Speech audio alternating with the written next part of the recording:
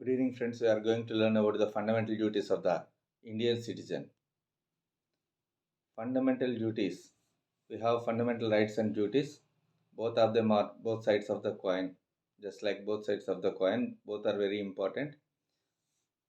According to the Chaudhary Sardar Swaran Singh Committee in 1976 recommended fundamental duties which are necessary for the Indian Constitution during the emergency time under the Indira Gandhi's government. The 42nd Amendment were brought into the Constitution. According to this amendment, the 10 fundamental duties were added. And according to 2002, 86th Amendment of the Indian Constitution Act uh, allowed another fundamental duty, that is 11th fundamental duty. That is going to learn about them.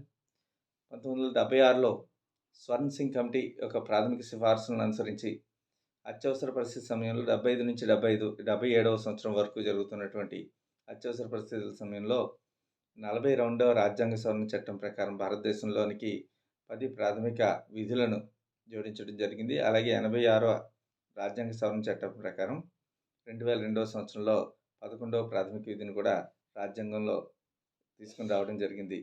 ఈ రాజ్యాంగం యొక్క ప్రాథమిక విధులు అనేటువంటి concept మనం we brought it from Soviet Union. ఇప్పుడు ప్రస్తుతం now it is known as the constitution of Russia. From Russian constitution we borrowed the fundamental duty concept. See, according to our Indian constitution, the fundamental duties are incorporated under the article number 51A of part 4A of the Indian constitution. ప్రాథమిక విధులు రాజ్యాంగంలోని 4వ భాగంలో ఏ కింద 51A ఆర్టికల్లో వివరించడం జరిగిందనమాట. ఈ ఫండమెంటల్ డ్యూటీస్ మనకి చక్కగా కొంతమంది పిల్లలు వేసినటువంటి పిక్చర్ బాగుందన్న ఉద్దేశంతో ఇక్కడ యాడ్ చేయడం జరిగింది. అలాగే మనం ఈ ఫండమెంటల్ డ్యూటీస్లోకి వెళ్తే మొట్టమొదటిగా abide by the constitution and respect the it's ideals and institutions, the national flag and the national anthem. భారత రాజ్యాంగానికి కట్టుబడి ఉండాలి. అలాగే భారత రాజ్యాంగం యొక్క ఆదర్శాలు ఏవైతే ఉన్నాయో అవి, అలాగే ప్రభుత్వ సంస్థలని, జాతీయ జెండాని, జాతీయ గీతాన్ని కూడా గౌరవించాలనేటువంటిది ఈ యొక్క జాతీయ మొట్టమొదటి ప్రాథమిక విధి యొక్క ఉద్దేశం. నెక్స్ట్, మన స్వాతంత్రం కోసం అనేక మంది ఫ్రీడమ్ ఫైటర్స్, స్వతంత్ర సమరయోధులు పోరాడారు. వారి యొక్క ఐడియల్స్, ఆదర్శాలు ఏవైతే ఉన్నాయో వాటిని ప్రేరేపించి వాటిని స్ప్రెడ్ చేసి వాటిని గౌరవించాలనేటువంటిది, అనుసరించాలనేది రెండో ప్రాథమిక విధి. To cherish and follow the Nobel ideals and that inspired the national struggle for freedom. అలాగే మూడో ముఖ్యమైనటువంటి ప్రాథమిక విధి ఏంటంటే uphold and protect the sovereignty, unity and integrity of India. భారతదేశ సార్వభౌమాధికారం. సార్వభౌమాధికారం అంటే సుప్రీం పవర్.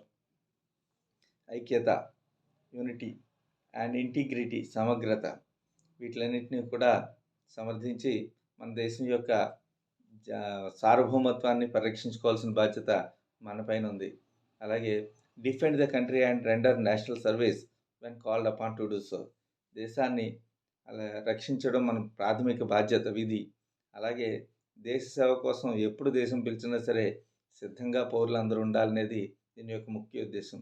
అలాగే టు ప్రమోట్ హార్మోనీ అంటే యూనిటీనే, and the spirit of common brotherhood among us all the people of India, transcending religious, linguistic, regional or sectional diversities, and to renounce practices derogatory to the dignity of women. మతపరం అంటే భారతదేశం భిన్నత్వంలో ఏకత్వం ఉందని మనం తెలుసుకుంటున్నాం, unity in diversity. అయినప్పటికీ కూడా మత, భాష, ప్రాంతీయ, వర్ణ విభేదాలు ఏమీ లేకుండా అన్ని వైవిధ్యాలకి అతీతంగా భారతదేశం యొక్క ప్రజలందరి మధ్యన కూడా సామరస్యాన్ని, అలాగే సోదర భావాన్ని, ఫ్రెటర్నల్ రిలేషన్స్ అంటారు, కామన్ బ్రదర్హుడ్ అని కూడా దాని అంటాం. ఈ ఫ్రెటర్నల్ రిలేషన్స్ని పెంపొందించడం, అలాగే స్త్రీలని గౌరవించాలి. అలాగే స్త్రీల గౌరవాన్ని ఎవరైనా కించపరిచినట్లయితే కనుక అటువంటి పద్ధతుల్ని ఎంకరేజ్ చేయకూడదు అనేది దీని ముఖ్యమైనటువంటి ఉద్దేశం. అలాగే India has a great culture. ఈ యొక్క cultural heritage which we earn from our past progeny, we have to protect it అనమాట. The values and the preserve the rich heritage of the country's composite culture. ఈ దేశం యొక్క విభిన్నమైనటువంటి మిశ్రమమైనటువంటి సంస్కృతి ఏదైతే ఉందో, ఈ గొప్ప వారసత్వాన్ని, ఈ విలువల్ని మరి నెక్స్ట్ తరానికి రక్షించి అందించాల్సిన బాధ్యత మన పైన ఉంది. అలాగే మన ప్రైమ్ డ్యూటీ ఏంటంటే to protect the natural environment, to improve the natural environment including forest, lakes, reverse and wild life, to have compassion for living creatures. మనం అడవులు, సరస్సులు, నదులు మరియు వన్యప్రాణులతో సహా సహజ పర్యావరణాన్ని రక్షించాలి. అలాగే వాటిలన్నింటినీ కూడా మెరుగుపరచడానికి కావాల్సినటువంటి చర్యలన్నిటి కూడా తీసుకునాలి. అలాగే జీవుల పట్ల కారుణ్యతను కలిగి ఉండాలి. To safeguard the public property and abjure violence. మనకి జనరల్గా ఏంటంటే మన భారతదేశంలో ఒక ఫ్యాషన్ ఏంటంటే ఎవరికైనా కోపం వస్తే బస్సులని, రైలుని తగలెడుతుంటాం. ఇది సరైనటువంటి పద్ధతి కాదు. We have to safeguard the public property. Public property అంటే మన ఆస్తులే. మనం ఏదైనా ఒక పబ్లిక్ ప్రాపర్టీని డ్యామేజ్ చేసామంటే దానికి కాస్ట్ ఎవరు చెల్లించాలంటే we have to pay the cost of it. మనమే చెల్లించాలి, దానికి మూల్యం మనమే చెల్లించుకోవాలి. కాబట్టి ప్రజా ఆస్తులను రక్షించాలి, అలాగే హింసని విడనాడాలి. అలాగే strive towards the excellence in all spheres of individual and collective activity so that the nation constantly rises higher levels of endeavour and achievement. వ్యక్తిగత, సామూహిక కార్యకలాపాలన్నీ కూడా అన్ని రంగాల్లో కూడా శ్రేష్టతను సాధించేందుకు కృషి చేయాలి, అగ్రస్థానాన్ని నిలపడానికి కృషి చేయాలి. తద్వారా దేశం యొక్క నిరంతర కృషి మరియు సాధనలో ఉన్నతమైనటువంటి స్థానానికి ఎదుగుతుంది. అంటే వ్యక్తిగత అభివృద్ధే దేశానికి అభివృద్ధి అనేది మనం గుర్తుంచుకోవాలి. అలాగే ఇక్కడ మనం చూసుకున్నట్లయితే విభిన్న రంగాల్లో ఉన్నటువంటి ఈ వ్యక్తులందరూ కూడా వాళ్ళ యొక్క అభివృద్ధితో పాటు భారతదేశానికి పేరు తీసుకొచ్చారు. మొట్టమొదట గాడ్ ఆఫ్ క్రికెట్ మనం సచిన్ టెండూల్కర్, ఈయన వలన భారతదేశానికి అత్యంత ఖ్యాతి వచ్చింది. మన తెలుగు సింగర్ బాలు, అలాగే వాజ్పేయి చక్కని ప్రధానమంత్రి. అలాగే మనం చూసినట్లయితే రతన్ టాటా, ఈయన గురించి ఎంత చెప్పుకున్నా తక్కువ. ఎందుకంటే భారతదేశం కరోనాతో బాధపడుతుంటే వ్యాక్సిన్కి ఎంత కావాలంటే అంత డబ్బులు ఇస్తానని చెప్పి ముందుకొచ్చి చారిటీ చేశారు. అలాగే అనేక సందర్భాల్లో పేరు కూడా బయటికి రాకుండా చారిటీ చేస్తారు. అంత గొప్ప వ్యక్తి రతన్ టాటా. అలాగే నెక్స్ట్ అబ్దుల్ కలాం, ఆయన కాంట్రిబ్యూషన్స్ మనం మరవలేనివి. మరి అంబేద్కర్, ఈయన భారతదేశానికి ఒక చక్కనైనటువంటి మార్గదర్శకత్వాన్ని ఇచ్చి మంచి రాజ్యాంగాన్ని రచించారు. మరి వీళ్ళంతా కూడా సోల్జర్స్.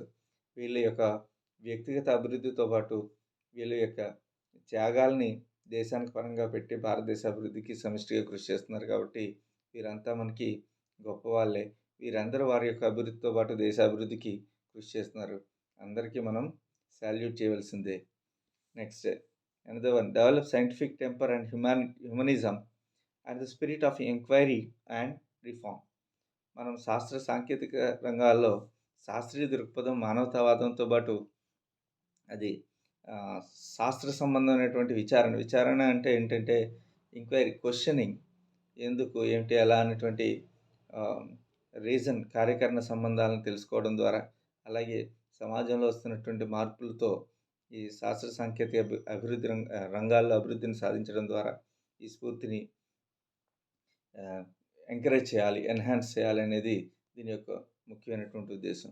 అలాగే నెక్స్ట్ వచ్చి ఈ 11వది ఏదైతే ఉందో ఇక్కడ, provide opportunities for education to his child or what between the age of 16 and 14 years. This duty was added by the 86 Constitutional Amendment Act of 2002. 6 నుంచి 14 సంవత్సరాల వయసు గల పిల్లలందరినీ కూడా, అంటే అతని అంటే ఇక్కడ ఎవరి బిడ్డ అయినా సరే, అలాగే వార్డ్ అని ఒక పదం ఇచ్చారు. వార్డ్ అంటే ఇక్కడ ఏంటంటే ఒక వ్యక్తి సాధారణంగా మైనర్ అయినప్పుడు వాళ్ళ తల్లిదండ్రులు కానీ లేదా తల్లి కానీ తండ్రి కానీ లేనప్పుడు, వాళ్ళిద్దరూ లేకపోయినా సరే కోర్టు చే నియమించబడినటువంటి సంరక్షకుడిని సంరక్షణలో కానీ ఉన్నటువంటి వాళ్ళకి కూడా ఈ విద్యా అవకాశాలు అందించాలన్నమాట. వార్డ్ అంటే ఇక్కడ గార్డియన్ అనమాట. అలాగే ఈ ప్రాథమిక విధి అనేది ఈ 11వ విధి 86వ రాజ్యాంగ సవరణ చట్టం 2002 ద్వారా ఏర్పాటు చేయబడింది. అయితే ఫండమెంటల్ డ్యూటీస్ యొక్క ఇంపార్టెన్స్ ఏంటి, వీటిని ఎలా, యాక్చువల్గా ఫండమెంటల్ డ్యూటీస్కి ఎటువంటి రాజ్యాంగమైనటువంటి అంటే న్యాయబద్ధమైనటువంటి రక్షణ కల్పించలేదు. వీటిని మనం we cannot challenge these duties in the courts of law in India. మనం వీటిని ఎక్కడ కూడా ఛాలెంజ్ చేయలేం. అంటే జ్యుడిషియబుల్ కాదు ఇవన్నీ కూడా. జస్టిసబుల్ కాదు. మరేంటి? మరెందుకు ఇవి అంటే సమాజంలో కొన్ని రకాలైనటువంటి నైతిక విధుల్ని, అలాగే పౌర విధుల్ని ప్రజలకి కలిగించడం కోసమే. వీటిలపైన మరి ఏ రకంగా శిక్షించబడతారంటే, వీటిలపైన కేవలం పార్లమెంట్‌కి మాత్రమే ప్రత్యేకమైనటువంటి అధికారం ఉంది. పార్లమెంట్ ఏదైనా చట్టం చేసి పనిష్మెంట్ ఇస్తే ఫైన్ గాని, జుర్మానా గాని విధిస్తే చేయాలి తప్పితే, కోర్టులైతే మాత్రం వీటిల జోలికి వెళ్ళటానికి అవకాశం లేదు. కేవలం ఇది మోరల్ ప్రిన్సిపల్స్ ఎలా అయితే ఉంటాయో, అలాగే ఈ ప్రజలందరికీ కూడా ఇలా ఉండాలి అని చెప్తాయి గానీ, ఇలా ఉండకపోతే ఏంటి అనేది ఎక్కడా చెప్పలేదు. మరి ఇందులో పన్నులు కట్టడం లేదు. పన్నులు కట్టడం అనేది ప్రాథమిక విధి. కట్టకపోతే పనిష్మెంట్ ఉంటుంది. ఫైన్ ఉంటుంది. కానీ ఇటువంటి విధులేమి కూడా ఇక్కడ జోడించబడలేదనే విమర్శ కూడా అప్పుడప్పుడు వస్తూ ఉంటుంది. అయినప్పటికీ కూడా ఇవి చాలా వరకు వీటి ఇంపార్టెన్స్ ఏంటనేది తెలుసుకుందాం. These duties remind Indian citizens of their duty towards the society and follow the citizens and country. భారతీయ పౌరులకి వాళ్ళ సమాజం పట్ల ఉండాల్సినటువంటి బాధ్యత ఏంటి, వాళ్ళ యొక్క కర్తవ్యం ఏంటి అనేది గుర్తు చేయడానికి వీటిని ఇవ్వడం జరిగింది. The warn citizens against anti national and anti social activities. సంఘ విద్రోహ, సంఘ వ్యతిరేక కార్యకలాపాలు ఏవైతే ఉన్నాయో అటువంటి చేసేటువంటి పౌరులు ఎవరైతే ఉన్నారో వాళ్ళకి ఇవి ఒక హెచ్చరికలా ఉంటాయన్నమాట. They inspire citizens and inculcate discipline and commitment in them.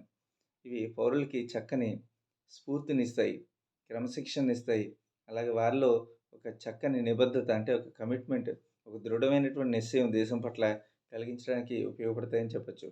They help the courts to examine and decide the constitutional validity of law. ఇవి ఒక రాజ్యాంగ చట్టం యొక్క చెల్లుబాటును పరిశీలించి ఏదైనా ఒక నిర్ణయం తీసుకోవడానికి న్యాయస్థానాలకి సహాయం చేస్తాయి తప్పితే ఇవి పూర్తిగా జ్యుడిషియబుల్, జస్టిషియబుల్ కాదని చెప్పి మనం చెప్పుకోవచ్చనమాట. Thank you for watching. Thank you అనండి.